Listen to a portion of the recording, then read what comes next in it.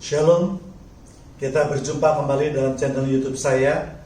Dan pada kesempatan ini kita sama-sama akan belajar mengenai soal patung atau tentang patung. Suatu tema yang banyak juga menimbulkan kontroversial di antara umat Kristiani. Hal ini dapat terjadi karena adanya pemahaman tentang patung yang saya anggap tidak lengkap. Ataupun pembacaan firman Tuhan atau pemberitaan firman Tuhan yang sepotong-sepotong, sehingga membuat penafsiran yang salah. Dan seperti biasa, saya berharap mereka yang ingin memberikan komen tentu silakan, tetapi yang terpenting harus melihat video ini, menyimak video ini seutuhnya sampai selesai, dan berkomenlah sebagai seorang Kristen yang baik, yang memberikan komen yang memberkati orang yang membaca dan tidak menjadi batu sandungan. Dan bagi mereka yang belum subscribe, silakan tanda subscribe-nya dipencet ataupun tanda loncengnya. Bisa juga dengan share atau dengan memberi tanda like sebagai support Anda terhadap channel saya ini. Untuk itu saya ucapkan banyak terima kasih. Baik, kita akan memulai mengenai pembahasan tentang patung. Banyak orang Kristen yang alergi terhadap patung, Jika bertemu patung langsung pikirannya atau imajinasinya itu adalah berhala, Lalu tidak selanjutnya adalah harus dibuang atau harus dimusnahkan, harus dihancurkan patung tersebut. Tentu saya pikir tindakan ini adalah kurang tepat, Tindakan seperti ini mengingatkan kita kepada pemeluk agama tetangga sebelah yang juga pernah menghancurkan patung-patung yang berada di kota Purwakarta, Jawa Barat. Lalu apa yang dikatakan tentang patung di dalam Alkitab? Kalau kita baca dan kita mencerna dengan teliti, maka sebenarnya Tuhan Allah yang pertama kali yang membuat patung, yaitu dalam penciptaan Adam. Kita lihat di Kejadian 2 ayat 7. Ketika itulah Tuhan Allah membentuk manusia itu dari debu tanah dan menghembuskan nafas hidup ke dalam hidungnya. Demikianlah manusia itu menjadi makhluk yang hidup. Jadi kalau kita berbicara mengenai patung, justru yang pertama kali membuat patung itu adalah Tuhan Allah sendiri. Yaitu ketika pada waktu pencipta manusia yang disebut dengan Adam. Dan untuk membuat kita menjadi lebih mengerti, ada baiknya kita melihat definisi dari patung terlebih dahulu dalam KBBI atau Kamus Besar Bahasa Indonesia. Arti patung adalah tiruan bentuk orang, hewan, dan sebagainya dibuatnya bisa dipahat, dibentuk dan sebagainya dari batu, kayu atau tanah liat dan sebagainya. Itulah definisi daripada patung. Jadi ketika Adam dibentuk dari debu dan tanah, sebelum dihembuskan nafasnya oleh Tuhan Allah, itu adalah bentuknya patung, Kemudian kita juga akan melihat banyak sekali ayat-ayat di dalam Alkitab yang berhubungan dengan patung. Misalnya di Ayub 10 ayat 9. Ingatlah bahwa engkau yang membuat aku dari tanah liat, tetapi engkau hendak menjadikan aku debu kembali.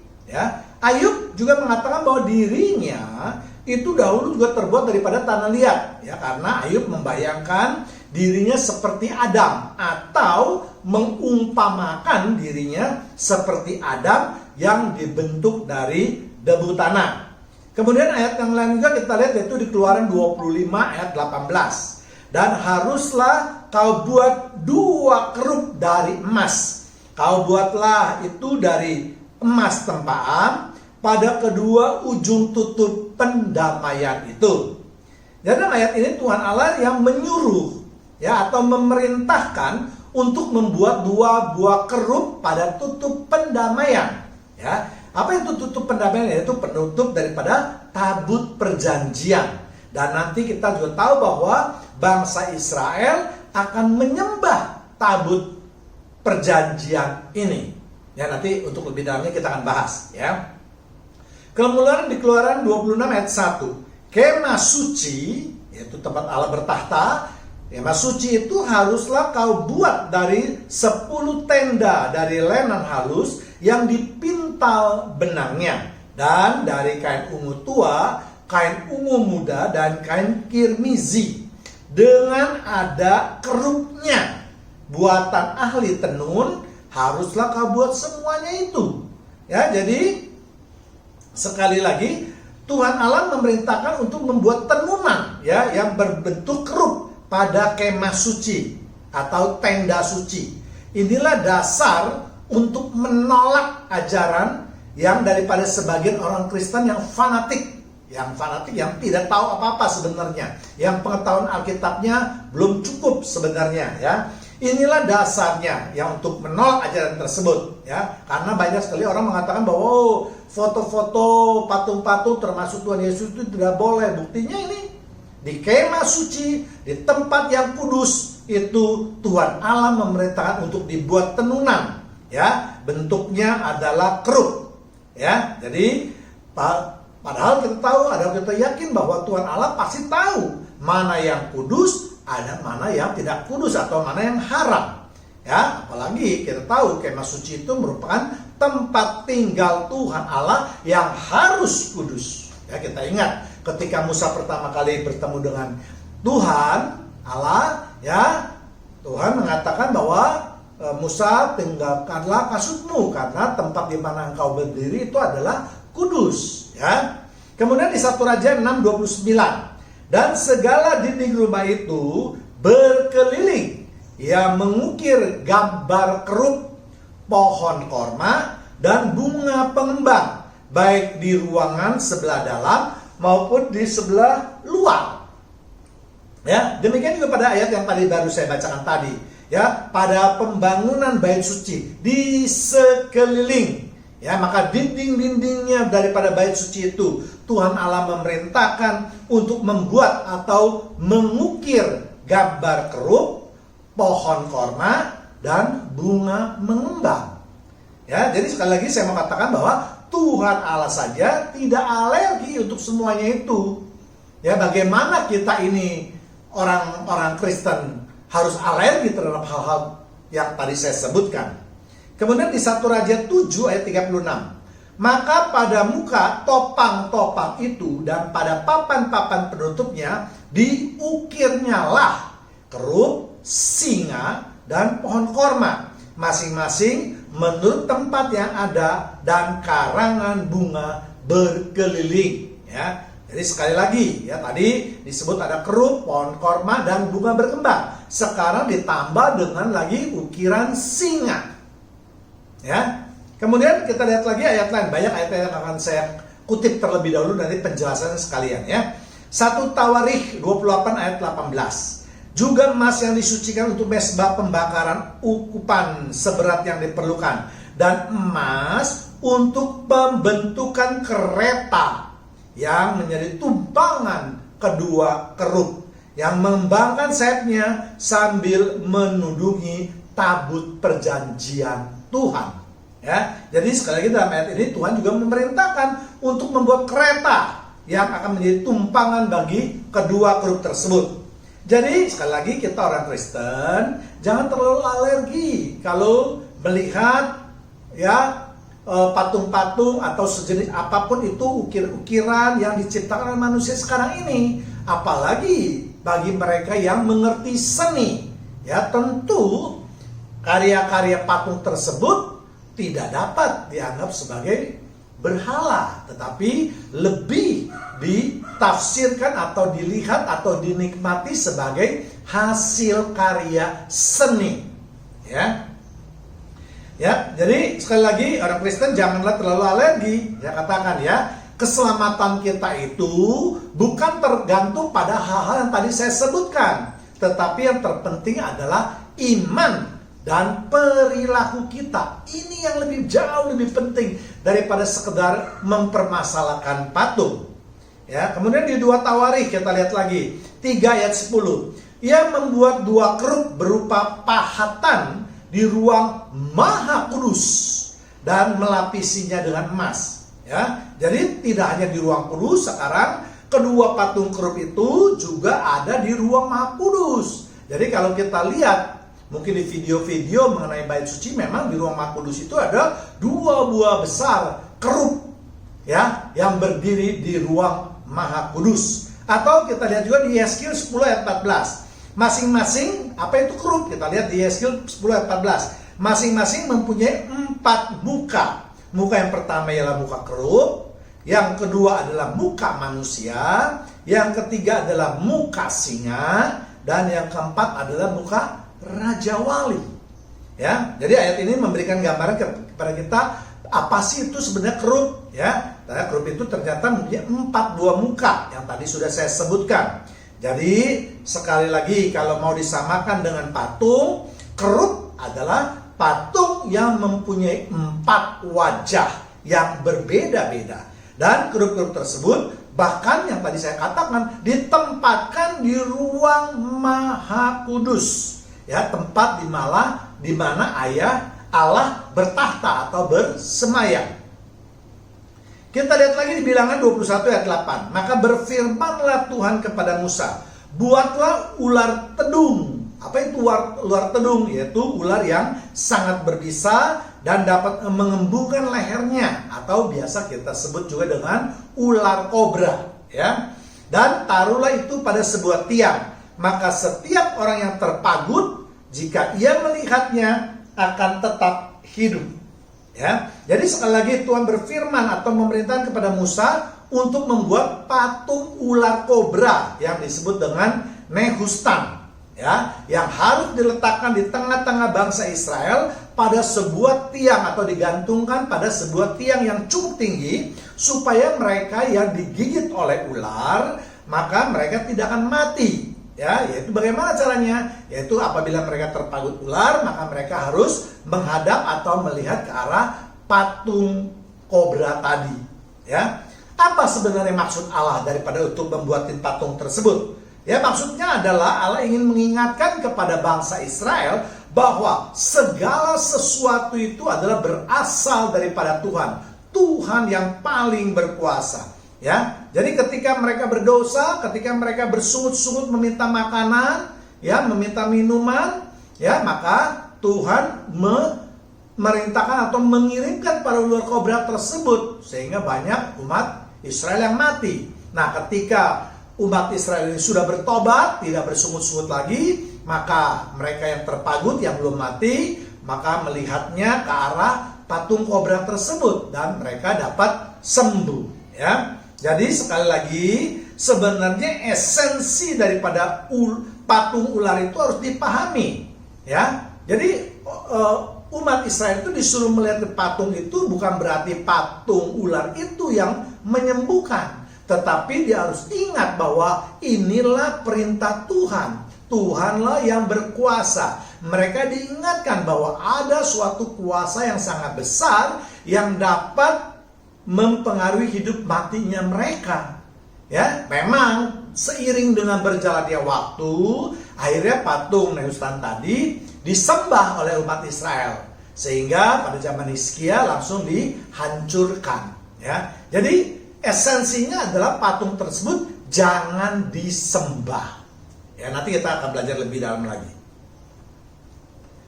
Ya, kemudian setelah kita mengerti tentang arti patung, sekarang kita melihat apa artinya berhala. Menurut KBBI tentunya, ya. Berhala adalah patung dewa atau sesuatu yang didewakan, yang disembah dan dipuja. Jadi kalau ada segala sesuatu itu tidak disembah, tidak dipuja, tidak dianggap dewa, maka itu tidak dapat disebut berhala. Jadi bagi mereka yang berteriak-teriak itu bahwa patung itu berhala, ya mereka sebenarnya tidak mengerti apa-apa. Ya kan? Mereka hanya mendengar mungkin khotbah di gerejanya, yang pengkhotbahnya hanya memotong sebagian daripada firman Tuhan. Nanti akan saya buktikan itu, ya. Lalu dia malas untuk membaca firman Tuhan, malas untuk mendengarkan pengkhotbah yang baik, ya, sehingga otaknya menjadi sesat, salah pengertiannya. sehingga menganggap segala patung itu adalah sebagai berhala.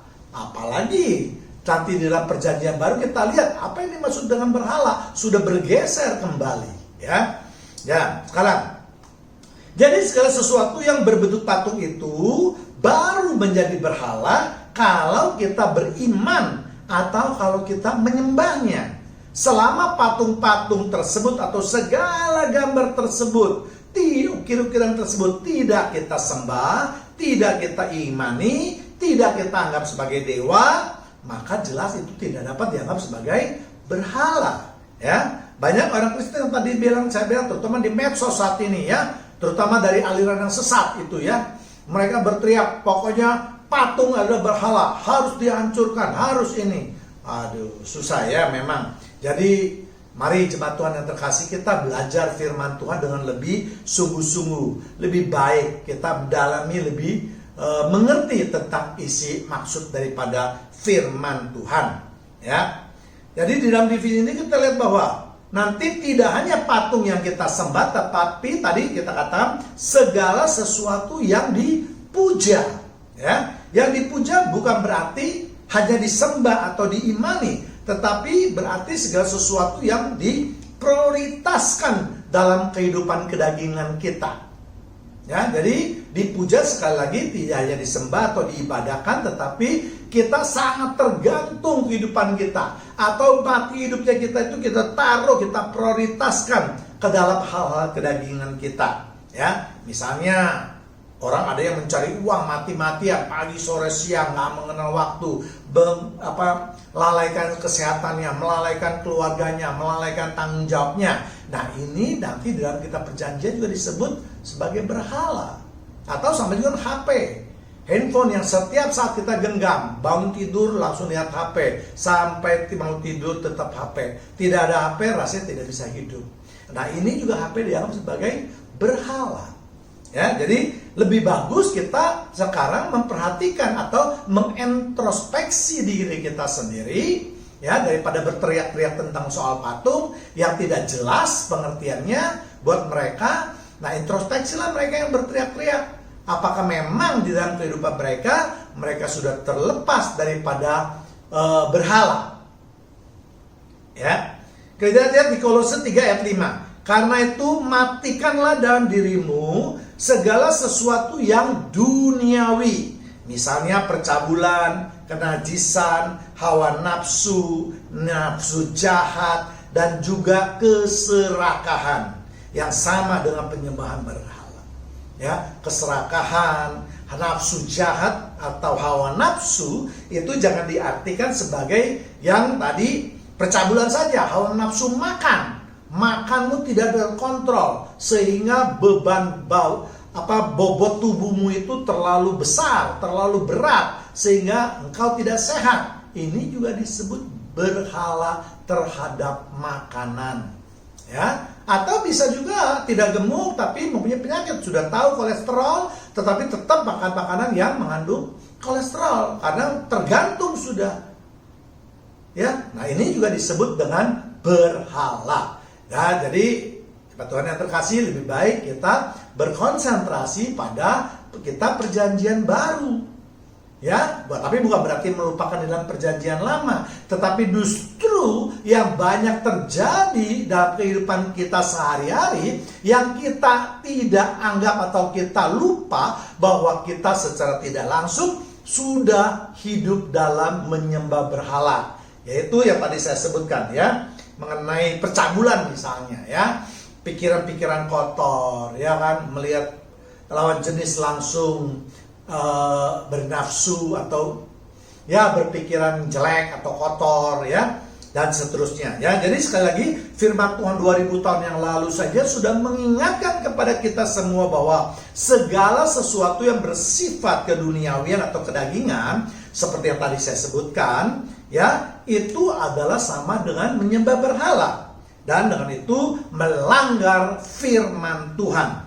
Ya, jadi sekali lagi yang berteriak-teriak itu tentang patung, mari introspeksi lagi dirimu. Apakah hidupmu sudah bersih daripada penyembahan berhala, ya. Daripada setiap hari teriak-teriak di sosmed, bikin perdebatan yang tidak penting, ya, mengenai patung. Sudah diberikan informasi sama orang lain, tetap kekeh mengambil ayat sepotong-sepotong, nanti saya buktikan, ya.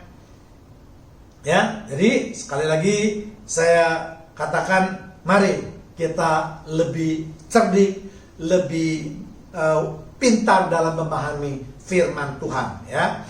Sekarang kita akan lihat mengapa alasannya mereka menyebut-nyebut bahwa patung itu adalah berhala. Ya, ada beberapa syarat. Yang pertama yaitu alasan yang membuat umat Kristen berwas-was atau sangat waspada terhadap patung atau alergi terhadap patung, yaitu di Keluaran 20 ayat 4. Jangan membuat bagimu patung yang menyerupai apapun yang ada di langit di atas, atau yang ada di bumi di bawah, atau yang ada di dalam air di bawah bumi. Ya, jadi di atas langit ya tentu bisa diartikan secara harfiah, yaitu bulan dan bintang matahari. Karena kita tahu banyak juga para penyembah pagan atau berhala yang menyembah itu.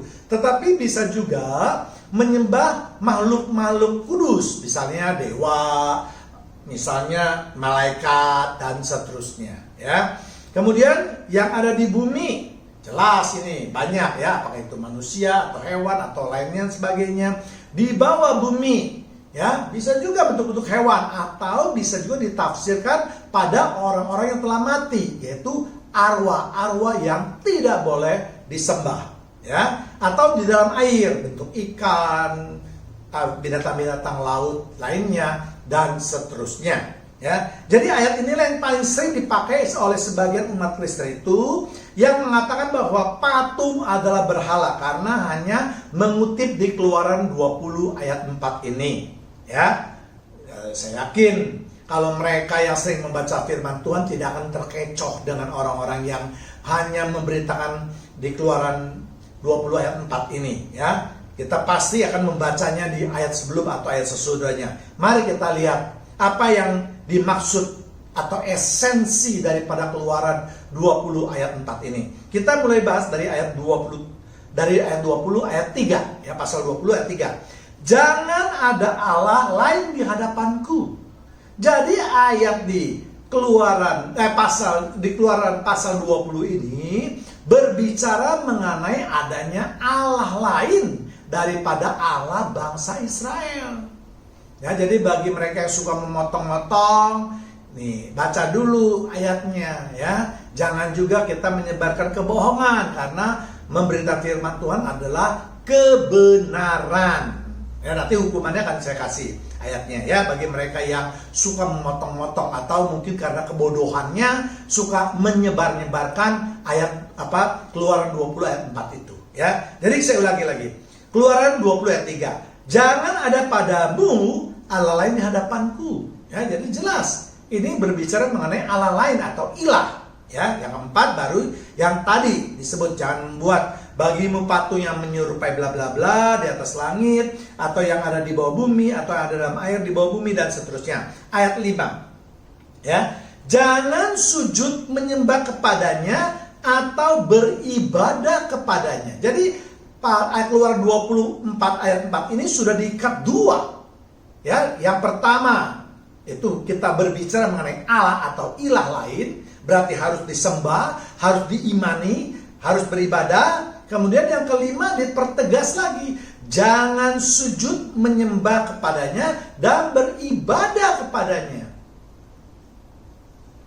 Ya, jadi konteksnya jelas, bukan ini berbicara mengenai patung, tapi berbicara mengenai patung yang disembah sebagai Allah, sebagai ilah lain. Itu harus, ya. Jadi sekali lagi mari kita belajar firman Tuhan dengan lebih akurat, lebih pandai, lebih cerdik, ya.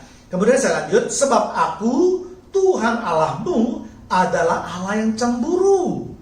Ya, Allah yang cemburu itu bukan terhadap patung, tetapi pada ilah lain yang kamu sembah melalui patung, melalui bentuk-bentuk lain, ya, yang membalaskan kesalahan bapa kepada anaknya pada keturunan ketiga, keempat, dan orang-orang yang membenci aku. Ya, jadi sekali lagi Jemaat Tuhan yang terkasih, ya, jangan kita dibodohi, ya. Mari kita mendengarkan khotbah-khotbah dari orang-orang yang memberitakan firman Tuhan secara benar dan lurus, serta tentu mempunyai pengetahuan yang baik, ya, tanpa kepentingan pribadinya, ya. Kita tahu, ya. Jadi sekali lagi saya mengingatkan, karena banyak sekali umat Kristen yang hanya mencomot ayat demi ayat untuk membela pendiriannya, hanya untuk berdebat kusir kepada orang. Ya, saya juga bingung, ya, mereka senang sekali berdebat, padahal firman Tuhan itu bukan untuk diperdebatkan, tetapi untuk dilaksanakan, ya. Firman Tuhan adalah kabar baik. Bagaimana kamu mendebat-debat orang, sehingga kalau kita lihat di medsos itu pasti ujungnya adalah perkelahian, cekcok, amarah yang ada. Apa itu yang diperintahkan oleh firman Tuhan? Ya, apalagi apa yang kamu kutip itu jelas ngawur, ya. Sekali lagi, ya, jadi janganlah kita merasa yang paling pintar, ya. Yang paling penting itu, ya, saya juga termasuk orang yang masih tetap belajar, ya. Saya menghargai kalau mereka tetap beriman kepada yang mereka pikirkan, yang tadi kita bilang bahwa mereka menganggap patung adalah berhala, ya silakan saja. Tetapi mereka juga jangan mengkritik atau memaksa kepada pihak-pihak seperti saya ini untuk turut mengatakan bahwa patung itu adalah berhala. Ya, justru yang saya imani adalah yang benar menurut firman Tuhan. Ya, jadi saya mengimani apa yang saya baca di firman Tuhan, apa yang saya ambil hikmatnya daripada pembacaan firman Tuhan. Ya, tidak, firman Tuhan itu tidak berbicara patung saja, tetapi sekali lagi patung yang disembah. Nanti kita lihat esensinya, ya. Kita lihat lagi justru, ya, sekali lagi di Keluaran 23 ayat 24. Janganlah engkau sujud menyembah kepada Allah mereka atau beribadah kepadanya. Allah mereka itu apa? Yaitu Allah-Allah di luar daripada bangsa Israel. Karena kita tahu bahwa dulu orang-orang di sekeliling orang Israel itu, terutama di Mesir, di tanah Kanaan, itu semuanya adalah penyembah-penyembah berhala. Maka Tuhan Allah Israel itu mengingatkan supaya bangsa Israel ini jangan ikut-ikutan juga menyembah Allah mereka. Ya, jadi jelas ini perintah Tuhannya. Ya, dan janganlah engkau meniru perbuatan mereka. Apa yang ditiru? Yaitu menyembah. Ya, melakukan segala sesuatu prosesi tentang penyembahan, tentang ibadah terhadap pagan, terhadap berhala, tidak boleh. Tetapi haruslah engkau memusnahkan sama sekali patung-patung berhala buatan mereka, tugu-tugu berhala mereka, haruslah kau remukkan sama sekali. Nah, ini juga perlu hikmat dari Tuhan, ya. Walaupun firman Tuhan mengatakan engkau harus memusnahkan patung-patung, artinya apa? Patung-patung yang bangsa Israel itu miliki, ya, disembah oleh mereka. Karena dulu sebagian daripada bangsa Israel juga memiliki patung, ya. Mereka juga menyembah karena ya 400 tahun dijadikan budak di Mesir, tentu mereka juga terkontaminasi. Ya, sebagian mungkin yang sudah generasi mudanya waktu itu sudah biasa juga menyembah berhala di Mesir. Ya, sehingga Tuhan mengatakan kalau di antara bangsa Israel itu ada patung, nah itu yang disembah, maka itu harus dihancurkan. Tetapi ditafsirkan oleh orang umat Kristen sekarang ini, patung milik siapapun harus dimusnahkan. Jelas ini adalah pelanggaran. Ya, ingat loh, negara kita itu punya 6 agama yang resmi disahkan, ya, atau negara sudah mengakui bahwa ada 6 agama dan masing-masing mereka bebas melakukan ibadah menurut kepercayaan agama mereka masing-masing. Jadi banyak orang Kristen yang saya lihat kalau terhadap orang Buddha, orang Hindu, bahkan terhadap orang Islam sendiri, ya, mengatakan bahwa itu patung, berhala. Ya, makanya kalian itu janganlah terlalu menghakimi, ya. Kalau kamu mau menghakimi boleh, tapi Tuhan Yesus mengatakan kalau kamu ingin menghakimi silakan, kalau kamu merasa tidak berdosa. Ya kan? Sama seperti kalau orang itu juga menyerang kita, ya, menghancurkan gereja, menghancurkan salib misalnya. Bagaimana perasaan kita? Ya, jadi kita saling menghargai, ya. agama Kristen ini harus difahami oleh umat Kristen, harus dijalankan oleh umat Kristen, harus dipatuhi oleh umat Kristen, bukan mengatur-ngatur agama orang lain. Ya, mereka punya ajaran sendiri, mereka punya iman sendiri. Ya, jadi jangan ikut campur. Kalau nanti orang lain juga ikut campur terhadap agama kita, repot, ya kan? Ya, jadi kalau kita ingin dihargai, mari kita hargai juga orang lain. Ya, jangan merasa dirinya sudah yang paling bersih, paling benar. Ya, jadi apalagi di dalam ini, ya, di dalam firman Tuhan ini, pengertiannya diambil secara ngawur gitu ya. Baik, kita akan lihat lagi yang lain, misalnya di Ulangan 4 ayat 16, supaya kamu jangan berlaku busuk dengan membuat bagimu patung yang menyerupai berhala, apapun yang berbentuk laki-laki ataupun perempuan. Sekali lagi, ya, jadi kalau kita kutip dengan komplit, ya, kita benar-benar mengerti semuanya firman Tuhan yang mengkaitkan patung itu sebagai berhala harus disembah. Ya, jadi ini di Ulangan 4 ayat 16 juga jelas dikatakan bahwa dengan membuat bagimu patung yang menyerupai berhala. Apa maksudnya menyerupai berhala? Menyerupai patung-patung yang disembah itu. Jadi kalau kita membuat patung yang menyerupai itu, maka nanti bisa disembah. Ya. Ya, jadi banyak orang juga yang membuat ayat ini dipotong aja. Ya, membuat patung yang menyerupai berhala, titik. Ya. Nah, ini kadang-kadang kita harus membacanya lebih jauh, ya, jangan sepotong membuat patung titik yang menyerupai berhalanya tidak disebut karena takut kalau disebutkan nanti ketahuan bahwa dia sudah bohong memberikan firman Tuhan, ya. Kemudian kalau ada patung yang menjadi pertanyaan sekarang yang sering juga menjadi kontroversial, kalau ada patung Yesus misalnya, apakah kita boleh menyembah patung Yesus? Ya, kalau sebagian orang bilang tidak boleh, kenapa? Apakah patung Yesus itu adalah berhala? Apakah Yesus itu adalah berhala? Nanti kita akan bahas sebentar lagi, ya. Jadi sekali lagi saya ingin mengingatkan bahwa menjadi umat Kristen itu jangan sempit pandangannya atau pengetahuannya, ya. Ya, banyak yang beraninya cuma berteriak di medsos, ya. Mereka tidak berani kalau menyuarakan di gerejanya itu, pasti. Karena apa? Dia tahu bahwa dia itu sebenarnya tidak kompeten untuk mengkritik para pengkhotbah atau para hamba Tuhan, karena dia tidak memiliki kualifikasi untuk mengkritik. Ya, kalau orang yang mengkritik, tentunya dia harus lebih pandai daripada yang dikritik. Iya kan? Nggak mungkin mengkritik orang yang bodoh, mengkritik orang yang lebih mengerti. Itu jelas tidak mungkin. Pasti itu yang dikritiknya itu ngawur. Ya, jadi sekali lagi saya ingatkan, ya, bahwa bagi mereka yang terus berteriak bahkan juga dengan lantang mengatakan patung Yesus harus dihancurkan, nanti kita akan lihat apakah itu merupakan perbuatan baik atau justru itu merupakan perbuatan yang berdosa buat kamu. Ya. Ya, jadi ada sebagian orang yang tadi saya katakan bahwa kalau patung apapun termasuk patung Yesus harus dimusnahkan. Ya, yang tadi saya katakan tadi pertanyaan saya, apakah patung Yesus itu harus dimusnahkan karena termasuk patung berhala? Ya, atau bukan? Kalau bukan, bagaimana? Ya, kalau kita menyembah patung Yesus, menurut pandangan saya, itu bukan patungnya yang kita sembah.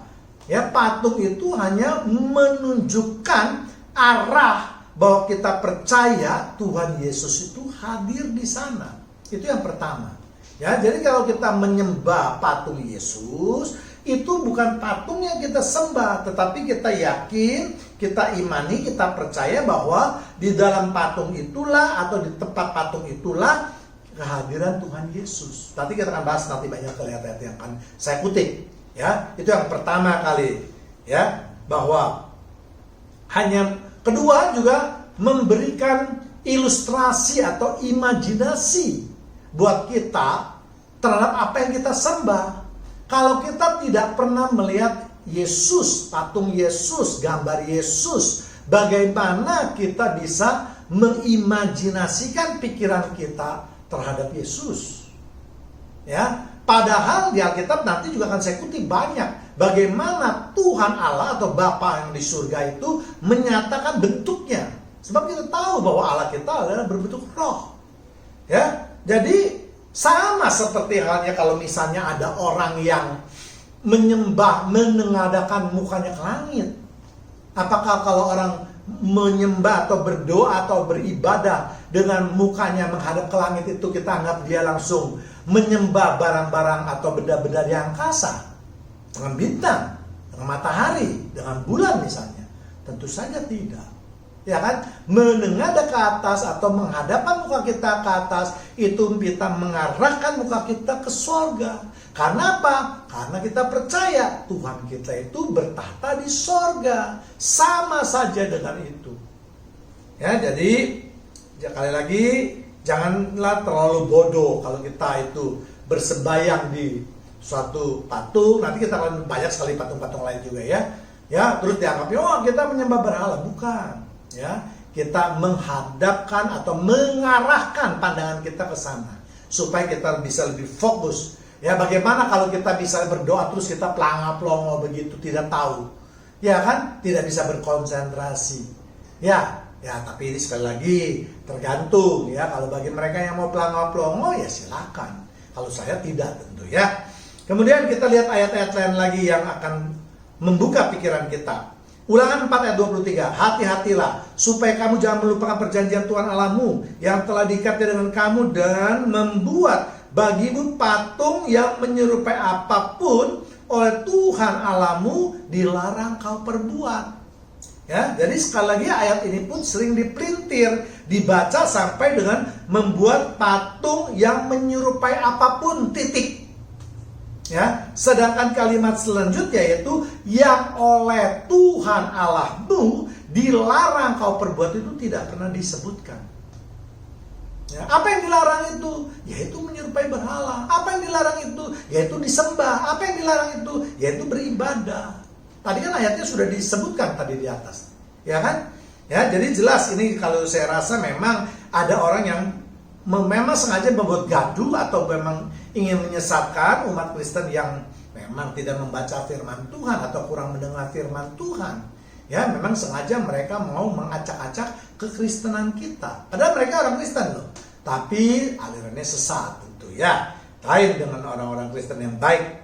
Ya, jadi sekali lagi jemaat Tuhan yang terkasih, ya kita harus cermat, cerdik dalam membaca firman Tuhan. Ya, jangan sepotong-potong. Ya, jadi saya mau katakan lagi bahwa jelas ayat tersebut tidak berbicara hanya patung saja, tetapi lebih berfokus pada penyembahan. Sekali lagi, ya, beribadah, menyembah.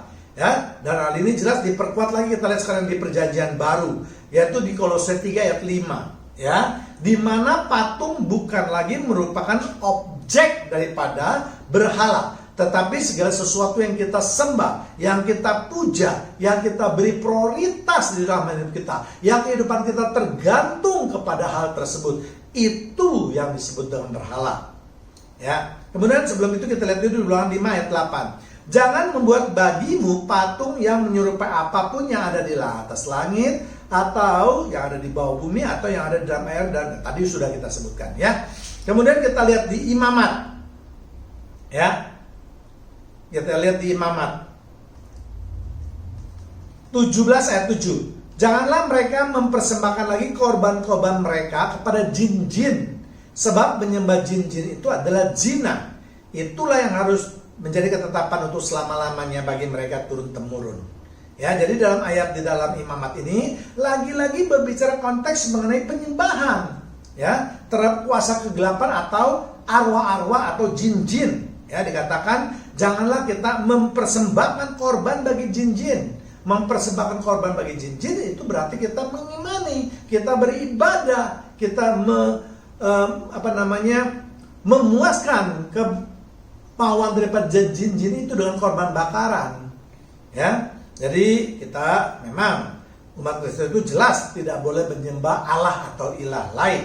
Ya, tidak boleh kita memberikan korban bakaran kepada kuasa kegelapan. Ya, artinya kalau itu kita lakukan, kita sudah menduakan Tuhan. Tadi di ayat sebelumnya sudah diingatkan, aku adalah Allah yang cemburu. Ya, jadi artinya apa? Hanya satu-satunya Allah yang boleh kita percaya, yang boleh kita sembah. Kemudian alasan lainnya yaitu kita lihat di Yesaya 42 ayat 8. Aku ini Tuhan, itulah namaku.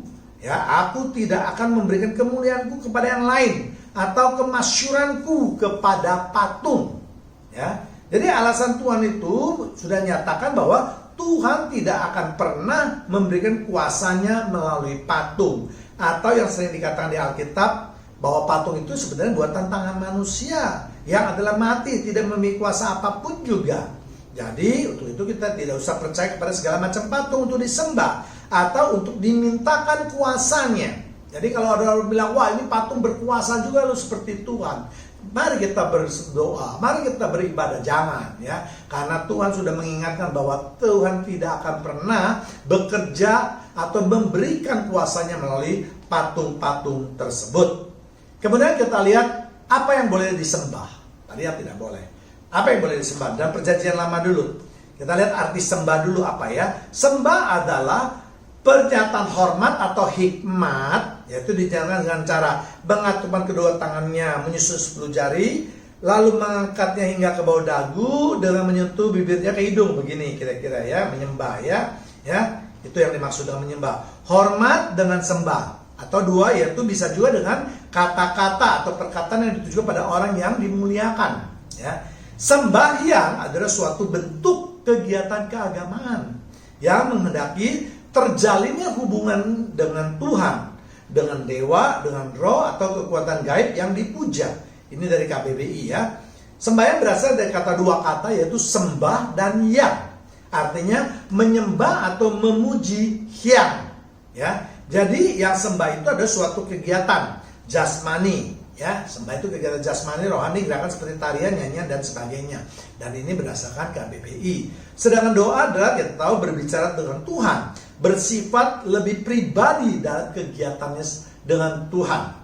Nah, sekarang baru kita akan melihat apa Alkitab tentang segala sesuatu yang disembah, yang boleh disembah dan yang tidak boleh disembah. Nanti kita lihat ya. Yang pertama yang boleh disembah dulu, penyembahan terhadap patung. Nah, kita lihat di Hakim 17 ayat 3. Sesudah itu dikembalikannya uang perak yang 1.100 itu kepada ibunya. Tetapi ibunya berkata, aku mau menguduskan uang itu bagi Tuhan. Aku menyerahkannya untuk anakku supaya dibuat patung pahatan dan patung tuangan. Dari uang itu, maka sekarang uang itu dikembalikan kepadamu. Ya. Jadi dari ayat tadi yang saya sebutkan di Hakim-Hakim 17 ayat 3, kita tahu itu berbicara atau menceritakan tentang seorang yang bernama Mika. Pada zaman itu belum ada raja-raja di Israel, sehingga setiap orang boleh melakukan apapun yang dipandangnya baik. Ya, dan kita lihat ya Hakim-Hakim 17 ayat 6. Dan Mika membuat patung tuangan dan patung pahatan. Ya, dia dengan uangnya itu yang tadi, ya, dia ingin memuliakan nama Tuhan, untuk meninggikan nama Tuhan, memasmurkan nama Tuhan. Caranya dia bikin patung tuangan dan patung pahatan. Ya. Nah, kenapa? Karena Mika menurut pandangannya bahwa patung itulah yang merupakan Tuhannya, bukan menyerupai Tuhannya, yang merupakan Tuhannya. Jadi patung itu dianggap Tuhannya. Ya, walaupun Mika tidak pernah melihat wajah atau bentuk rupa daripada Tuhannya. Tapi di dalam pikirannya, di dalam hatinya, dia mengimani bahwa apa yang dibuat itu merupakan bentuk daripada Tuhannya. Apakah itu salah? Tidak. Ya, karena nanti kita lihat bahwa ternyata dengan perbuatan tersebut Tuhan memberkati dia. Tidak hanya memberkati keluarga Mika saja, bahkan dia memberkati seluruh kota. Ya, Mika tidak hanya membuat patung tuangan atau patung pahatan, dia juga membuat baju efod. Ya, dia juga membuat perlengkapan Tuhan yang lainnya. Bahkan dia juga mencari seorang imam yang berasal dari suku Lewi. Jadi kita lihat di sini, jangan kita selalu ribut dengan patung-patung. Kalau patung itu pun kita anggap sebagai Tuhan, ya, kita sembah, tidak menjadi masalah. Kita lihat di dalam perjanjian ini, di Hakim-Hakim 17 tadi, ya, bahwa Tuhan nanti kita lihat akan memberkati kota tersebut. Ya, kalau Tuhan memberkati keluarga Mika maupun kota tersebut, berarti Tuhan setuju dengan perbuatannya. Ya, Tuhan membenarkan perbuatannya. Kita lihat di Hakim-Hakim 18 ayat 7. Sesudah itu pergilah kelima orang itu, lalu sampailah mereka ke Lais. Dilihat mereka lah bahwa rakyat yang diam di sana hidup dengan tentram. Menurut adat orang Sidon, aman dan tentram. Perhatikan, orang-orang itu tidak kekurangan apapun yang ada di muka bumi, malah kaya harta. Mereka tinggal jauh dari orang Sidon dan tidak bergaul dengan siapapun juga. Ya, jadi orang-orang yang tidak bergaul yang di kota tadi di mana Mika tinggal itu, ya, mereka termasuk orang yang kaya raya di muka bumi ini. Ya, kenapa? Karena dia menguduskan Tuhannya walaupun berbentuk patung. Jadi kalau kita itu menyembah patung Yesus yang kita anggap Tuhan kita, jelas tidak salah. Ayatnya ini, dasar ayatnya ini. Ya, di Hakim-Hakim 16 maupun sampai 18. Ya, untuk lebih jelasnya jemaat Tuhan bisa baca, ya. Ya, jadi jelas kalau ada sebuah pandangan yang mengatakan bahwa patung Yesus juga berhala itu bodoh, picik, benar-benar, ya, tidak mendasar, ya. Ya, jadi sama sekali kalau kita menyembah patung Yesus, saya katakan sama seperti Mika kita. Yang penting Allah iman kita menyembah itu bukan pada patungnya, tetapi patung itu hanya memberikan arah, memberikan imajinasi kita untuk kita terus memikirkan atau untuk berfokus kepada Tuhan Yesus, ya. Karena bagaimana kita dapat mengetahui bentuk Tuhan Yesus? Kita hidup di tahun 2021 sekarang ini, padahal Yesus 2000 tahun yang lalu.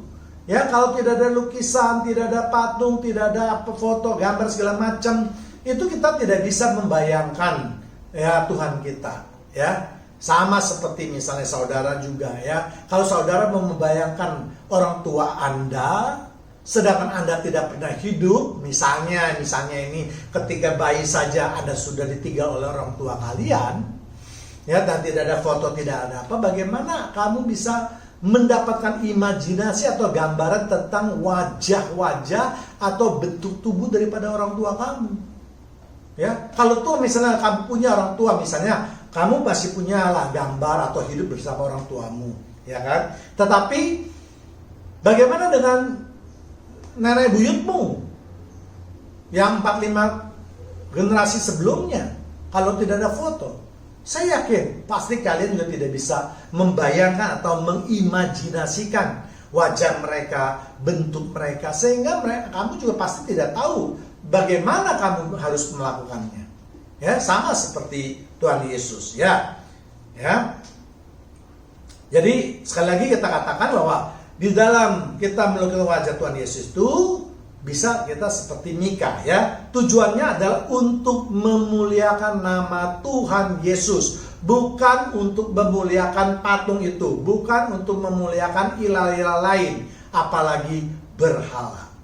Ya. Jelas, ya. Jadi sekali lagi di sini saya katakan iman percaya kita itu bukan hanya pada bentuk patung itu yang dipersoalkan, tetapi yang kita persoalkan adalah iman percaya kita.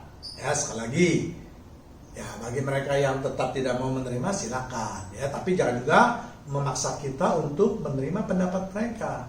Ya, biarlah kita berjalan masing-masing, nanti akhir zaman Tuhan Yesuslah akan menjadi hakimnya yang akan menentukan siapa yang benar dan siapa yang salah. Yang kedua, yang boleh disembah adalah Tuhan. Ya, Kejadian 24 ayat 26. Lalu berlututlah orang itu dan sujud menyembah Tuhan. Menyembah Tuhan tentu tidak hanya mempunyai masalah, karena semua orang atau orang Kristen lain semua kita sepakat bahwa Tuhan harus disembah, karena itu adalah perintah daripada Tuhan. Kita lihat di Keluaran 24 ayat 1. Berfirmanlah ia kepada Musa, naiklah menghadap Tuhan, engkau dan Harun, Nadab dan Abihu, dan 70 orang dari para tua-tua Israel, dan sujudlah kamu menyembah dari jauh. Ya, jadi menyembah Tuhan itu tidak terbatas pada ruang maupun waktu. Artinya kita dapat menyembah Tuhan di mana saja kita berada, kapan saja kita bisa lakukan. Ya, kita tidak perlu menyembah Tuhan hanya pada waktu-waktu tertentu saja. Maaf, misalnya pada waktu ibadah di gereja, ibadah di rumah, persekutuan, pertemuan jemaat dan seterusnya. Tapi kita beribadah setiap saat kalau kita merindukan Tuhan kita bisa. Ya, juga tidak perlu kita dekat ya dengan, misalnya kalau kita beriman lebih bisa fokus kepada patung Tuhan Yesus, jauh pun bisa. Yang penting kita bisa mengimajinasikan jarak, ya, mengimajinasikan Tuhan kita yaitu Tuhan Yesus, ya, bisa dari dekat maupun dari jarak yang jauh. Ya, kita lihat di Matius 4 ayat 10. Maka berkatalah Yesus kepadanya, "Nyala iblis, sebab ada tertulis engkau harus menyembah Tuhan Allahmu dan hanya kepada Dia sajalah engkau berbakti." Ya, jadi sekali lagi tentu ayat ini jangan dipotong. Tadi banyak sekali ayat-ayat yang sudah digariskan, ya. Ya, jadi ayat ini sekali lagi juga sering dipakai untuk menekan pada umat Kristen bahwa kita hanya boleh menyembah kepada Tuhan. Ya, kita semua umat Kristen tentu sepakat dengan pernyataan ini bahwa memang kita harus menyembah Tuhan, tidak boleh menyembah ilah lain, ya. Tapi yang menjadi persoalan adalah bagaimana caranya kita menyembah. Apakah kita tidak perlu mengarahkan pandangan kita ke suatu titik, ke suatu objek, di mana kita percaya di mana Tuhan itu hadir, atau kita hanya bisa melayangkan pandangan kita kemana-mana. Misalnya kita berdoa nanti sini, nanti sini, nanti sini. Ya, itu pilihannya pada jemaat Tuhan. Ya, kita bisa berpikir atau kita berkonsentrasi pada suatu titik, pada satu arah, kita yakini bahwa Tuhan hadir di sana. Ya, jadi ada orang-orang yang memang perlu bantuan, ya, misalnya dengan mengangkat pandangan kita kepada patung, foto, gambar Tuhan Yesus dan seterusnya, ya, dengan maksud agar lebih bisa berkonsentrasi, agar bisa lebih kusyuk berdoanya, ya, atau dia lebih bisa membayangkan kehadiran Tuhan. Atau bisa cara-cara lain yang ditempuh dalam rangka untuk memperkuat iman mereka. Ya, tidak ada aturan yang jelas yang pasti dalam Alkitab ini. Ya. Kemudian yang ketiga itu menyembah terhadap mezbah. Kita lihat di 2 Raja-Raja 18 ayat 22. Dan apabila kamu berkata kepadaku, kami berharap kepada Tuhan Allah kami, bukankah Dia yang bukan Dia itu yang bukit-bukit pengorbanannya dan mesbah-mesbahnya telah dijauhkan oleh Hizkia sambil berkepat kepada Yehuda dan Yerusalem. Di depan mesbah yang di Yerusalem, inilah kamu harus sujud menyembah. Sekali lagi, kalau kita bicara harfiah, maka berarti kita harus menyembah mesbah. Harfiah lah ya, mesbah. Apakah benar mesbah itu ada tumpuk-tumpuk batu itu kita sembah? Tentu tidak. Mengapa hal itu dapat terjadi? Karena mezbah dulu merupakan tempat korban bakaran. Korban bakaran itu kalau dibakar, Tuhan datang hadir. Ya, bahkan ada yang tidak usah dibakar, ya, dipasang di mezbah, kemudian nanti kalau Tuhan hadir langsung Tuhan menyatakan dirinya dengan api. Ya, jadi ini yang dimaksudkan itu, ya. Misalnya kita masih ingat cerita Elia ketika mereka berhadapan dengan 450 Nabi Baal, ya, di mana dalam cerita tersebut Nabi Baal menyediakan satu mezbah dengan korban bakarannya, Nabi Elia juga satu mezbah dengan korban bakarannya, ya. Nah, para Nabi Baal ini terus berdoa sampai malam berteriak-teriak pun ternyata korban bakaran itu tidak ada yang menyambarnya. Sebaliknya di mezbahnya Nabi Elia, langsung begitu Nabi Elia berdoa, api menyambar korban bakaran. Jadi sekali lagi di dalam ayat ini jangan dibaca harfiah, tetapi yaitu dinyatakan kehadiran Allah. Jadi sudah berulang-ulang saya katakan, benda itu tidak menjadi masalah, ya. Mezbah saja, tumpukan batu saja boleh kita arahkan, ya. Tetapi tentu bukan mezbahnya yang kita sembah, tetapi kehadiran Tuhannya lah yang kita sembah. Kemudian yang keempat yaitu arah bait suci atau bait Allah. Mazmur 5 ayat 7. Tetapi aku berkat kasih setiamu yang besar, aku akan masuk ke dalam rumahmu, sujud menyembah ke arah bait-Mu yang kudus dan takut akan kamu. Ya, jadi kalau kita kembali lagi, kalau kita bicara baca secara harfiah, kata-kata berarti kita harus menyembah bait kudus, bait suci.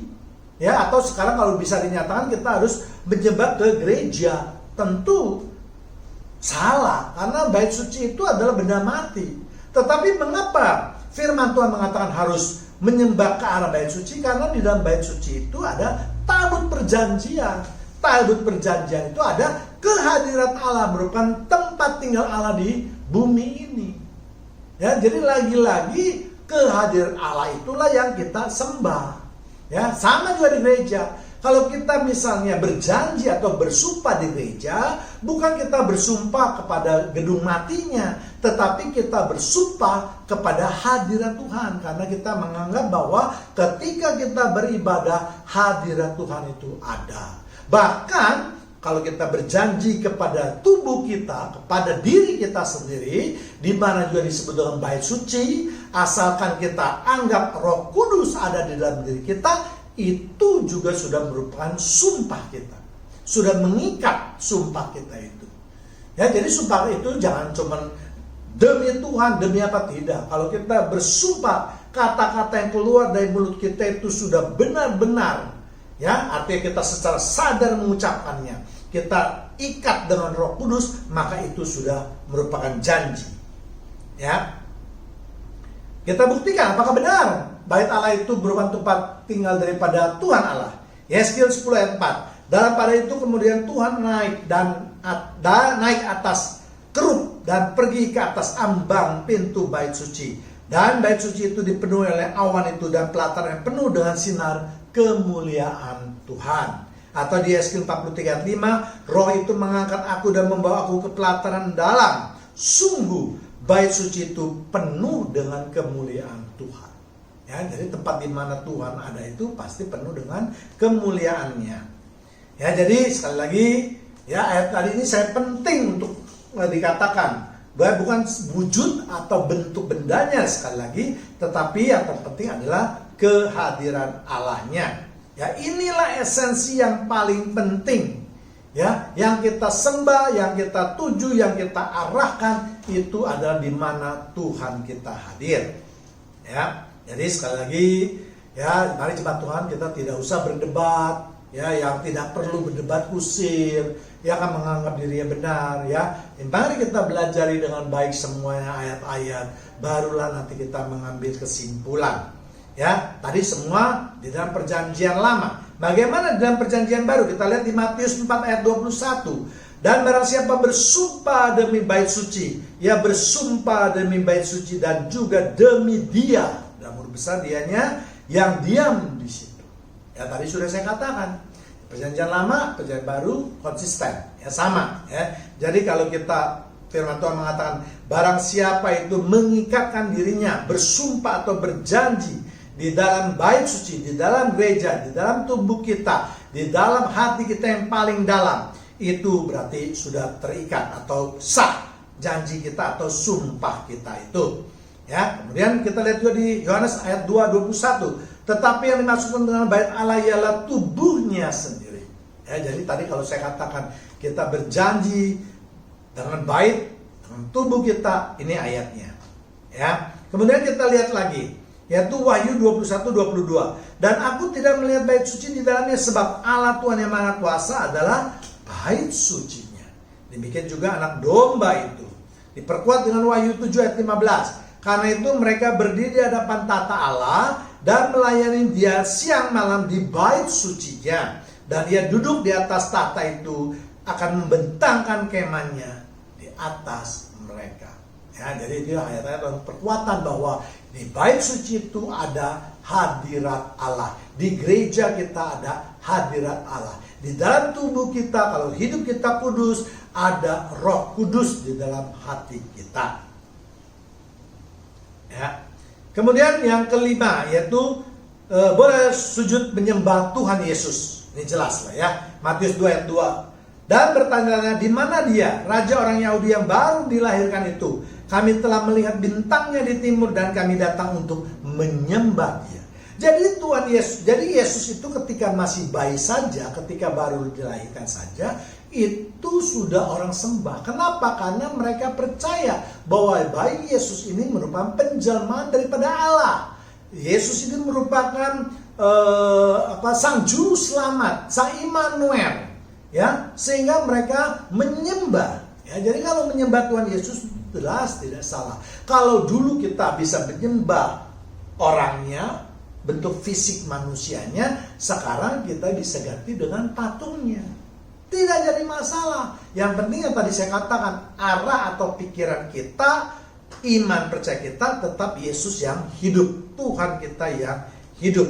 Ya, jadi bagi jemaat Tuhan yang masih meragukan atau tidak mengerti apakah Yesus itu adalah Tuhan, dapat melihat di video-video saya yang lain yang juga saya beri judul apakah Yesus adalah Tuhan. Ya, jadi sesuai dengan perintah Tuhan dalam Alkitab bahwa kita hanya menyembah kepada Allah kita saja.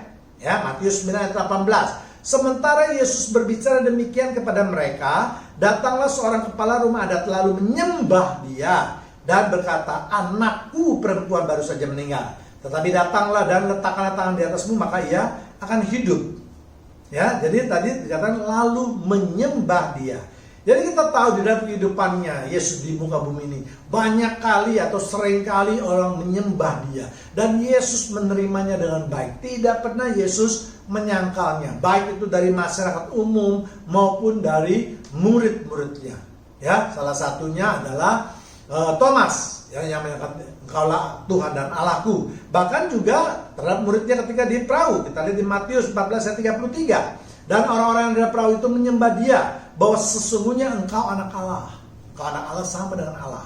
Lihat di video saya mengenai Yesus adalah Tuhan. Ya, jadi kembali lagi, kalau saya kutip ayatnya terlalu banyak, panjang sekali. Ya, jadi saya hanya mengambil sebenarnya 3 ayat saja. Kemudian makanya yang terakhir baru kita akan perkuat lagi tadi. Bagaimana, apakah kita boleh menyembah Tuhan Yesus, ya? Patung Yesus misalnya. Ya, seperti yang tadi saya katakan atau saya beri pengertian bahwa Tuhan sendiri tidak pernah melarang kita untuk membuat patung. Ya, bahkan yang tadi saya katakan beberapa contoh, Allah sendiri memberitakan membuat baik patung. Salah satunya yaitu patung ular kobra. Ya, jadi selama patung itu dibuat untuk perbaikan hidup manusia, percaya kepada Tuhan, itu tidak menjadi masalah. Patung apapun juga boleh, selama kita beriman kepada Tuhan, bukan berarti iman kepada patung itu. Patung itu hanya sarana saja. Ya, kita lihat di Bilangan 21 ayat 8. Maka berfirmanlah Tuhan kepada Musa, buatlah ular tedung dan taruhlah pada suatu tiang. Maka setiap orang yang terpagut, jika ia melihatnya akan tetap hidup. Ya, tadi sudah kita bahas, ya. Ya, jadi Tuhan adalah berbentuk roh. Kita tahu, jadi kita sangat sulit sekali membayangkan Tuhan kita. Ya, nah jika tidak, jadi kalau dalam perjanjian lama disebutkan bahwa tidak ada orang yang bisa melihat Tuhan. Kalau orang yang bisa melihat Tuhan pasti hukumannya mati, kebanyakan ya. Ya, kita lihat ya. Nah, namun Tuhan sendiri itu memberikan caranya untuk mengenal Dia. Misalnya di Kolose 1 ayat 15. Ia adalah gambar Tuhan yang tidak kelihatan. Maksud ia di sini adalah Yesus. Ya, yang sulung, yang lebih utama dari segala yang diciptakan. Ya. Jadi bagaimana cara menggambarkan wujud atau bentuk dari Tuhan yang adalah roh. Nah, cara yang terbaik, ya, ini yang Tuhan telah, yang Allah Bapa telah ajarkan kepada kita, maupun yang Yesus ajarkan kepada kita. Lihat bentuknya Yesus, maka kita bisa melihat atau mengimajinasikan pikiran kita jadi bagaimana bentuk Allah itu sebenarnya. Ya kan? Ya, jadi sekali lagi saya katakan, manusia itu kan diberi hikmat untuk menjelaskan kepada sesama manusia tentang keberadaan Tuhan dengan berbagai cara tentunya, ya. Dan salah satu cara yang paling efektif adalah satu, ya, dengan memberikan bentuknya, memberikan menyerupai wujudnya sebagai manusia atau sebagai patung, ya. Kita lihat di Yohanes 14 ayat 9, kata Yesus kepadanya, telah sekian lama aku bersama-sama dengan kamu Filipus, namun engkau tidak mengenal aku. Barang siapa telah melihat aku, ia melihat Bapa. Bagaimana engkau berkata, tunjukkanlah Bapa itu pada kami? Ya, jadi kalau mereka yang tidak pernah melihat Yesus, juga tidak pernah melihat Bapa. Kalau tidak ada patung Yesus, tidak ada gambar Yesus, tidak ada ukiran Yesus, maka itu berarti kita juga tidak pernah melihat bentuk Bapa. Ada bentuk Bapa, itu adalah roh. Ya, nah di dalam Yohanes 14 ayat 9 tadi dinyatakan bahwa karena Yesus itu wujudnya manusia, maka kita pada waktu itu, manusia pada waktu itu, murid-muridnya pada waktu itu dapat melihat Yesus secara nyata. Dengan melihat Yesus secara nyata, maka itu berarti juga dapat bisa melihat Allah Bapa yang di surga secara nyata. Nah, sama juga sekarang, kalau kita bisa menyaksikan atau melihat foto Yesus, lukisan Yesus, atau bahkan sekarang memang foto-fotonya Yesus, patung-patung Yesus, memang mungkin tidak 100% sama, tapi minimal memberikan imajinasi kepada kita bahwa oh, bentuk Tuhan kita ini seperti ini, sehingga kita juga bisa mengenal Allah Bapa kita. Ya, ini tentu akan memperkuat iman percaya kita. Jadi yang paling penting adalah iman percaya kita, ya. Kita harus ingat di Hosea 4 ayat 6 yang mengatakan bahwa umatku binasa karena kurangnya mengenal akan Tuhan. Jadi bagi mereka yang teriak-teriak itu patung itu berhala, patung Yesus berhala, hati-hati. Ya kan? Ya, saya ingatkan, hati-hati kalau menolak patung Yesus atau bahkan menghancurkan patung-patung Yesus, foto-foto Yesus, gambar-gambar Yesus dan seterusnya. Ya, itu saya anjurkan mereka bertobatlah ya sebelum binasa ya. Bahkan ada orang tua juga yang melarang anak-anaknya masih kecil-kecil untuk mewarnai gambar Tuhan Yesus di sekolah minggu. Ya, sangat tidak benar pemikiran seperti itu. Jadi antara perjanjian lama dan baru itu memang sedikit ada pembaruan ya. Dimana kalau dikatakan di perjanjian lama Allah adalah roh dan yang melihat aku, melihat Tuhan itu harus mati. Tetapi di dalam perjanjian baru malah dijelaskan bentuk Tuhannya. Ya, Hakim 13:22 berkatalah Manoah kepada istrinya, kita pasti mati sebab kita telah melihat Allah. Banyak sekali ayat-ayat yang menyatakan itu, bahwa barang siapa yang telah melihat Allah pada waktu itu, maka mereka pasti akan mati. Ya. Jadi sekali lagi jemaat Tuhan yang terkasih, janganlah kita terlalu mudah untuk percaya suatu pemberitaan firman Tuhan, apalagi kalau yang menyampaikannya orang yang tidak jelas, orang yang sering membutakan balik fakta, orang-orang yang tidak kompeten, yang pemberitaan firman yang ngawur, ya. Itu harus kita saring, ya. Kemudian kita lihat juga di Yohanes 15 ayat 16, bukan kamu yang memilih aku, tetapi aku yang memilih kamu, dan aku telah menetapkan kamu supaya kamu pergi dan menghasilkan buah, dan buah itu tetap, supaya apa yang kamu minta kepada Bapa dalam namaku diberikannya kepadamu. Ya, jadi kalau kita ini sebagai umat Kristiani, jangan bangga, jangan sombong, sebab kita dipilih. Tuhan memilih kita itu mempunyai tujuan. Apa tujuannya? Yaitu supaya kita hidup dalam roh-rohnya. Kita pergi memberitakan firman Tuhan. Kita pergi bukan mendebat-debat. Apalagi kalau mempertahankan pendapatnya yang ngawur. Ya, tujuan kita memberikan Injil, memberitakan berita sukacita. Kalau bisa kita menuai jiwa-jiwa. Ya, itu yang diinginkan oleh Tuhan. Kalau itu dapat kita lakukan, maka firman Tuhan mengatakan apa yang kita minta kepada Bapa dalam namaku diberikan. Artinya kalau hidup kita bisa sesuai dengan apa yang dikehendaki oleh Tuhan, hidup dalam Roh Kudus, maka doa-doa kita lebih manjur.